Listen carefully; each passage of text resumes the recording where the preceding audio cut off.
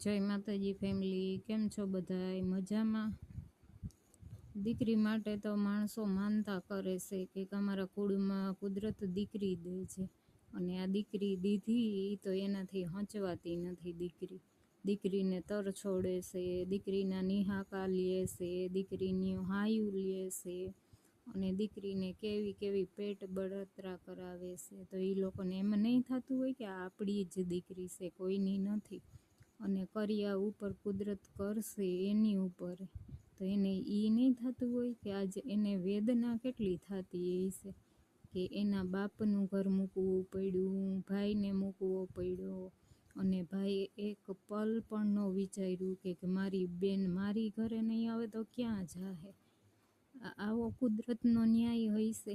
આવો હાવ કે હગો ભાઈ એની બેનને ના પાડી દે કે તું મારી ઘરે ન આવતી, તો એનું કાંઈક કારણ તો હોય ને બેનને ના પાડવાનું, તો કારણ તો એને કાંઈ કહેવું નથી, વાંધો તો કોઈ દર્શાવવો નથી, તો એમને શું કારણે તું ના પાડે છે?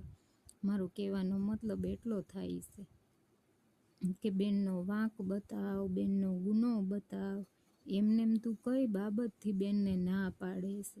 બેને સામો જવાબ દીધો તો તને કેવું ખોટું લાગી ગયું? તો વ્યવહારી વાત છે ને ભાઈ, એ પણ કે તે જે સવાલો કર્યા એના જવાબ મેં દીધા કે મારો વાંક બતાવ ને મારો ગુનો બતાવ. તો વાંક ને ગુનો તો છે નહીં, તમે હામાં આવો ને મને કહો ભાઈ.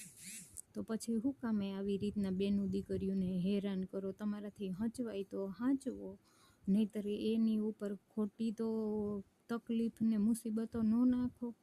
એ ઓલરેડી એના ઘરમાં તકલીફો સાથે ને મુસીબતો સાથે જીવતી હોય છે દીકરી, તો તમારે એની પીડા તો લેવાતી ના હોય, અને ઉલટાની તમે દ્યો છો તો એ દીકરીઓ જ આ બધું સહન કરે, અને ભાઈની ને માવતરિયાઓની પીડા હોય તો દીકરીઓ જ માથે લઈ શકે.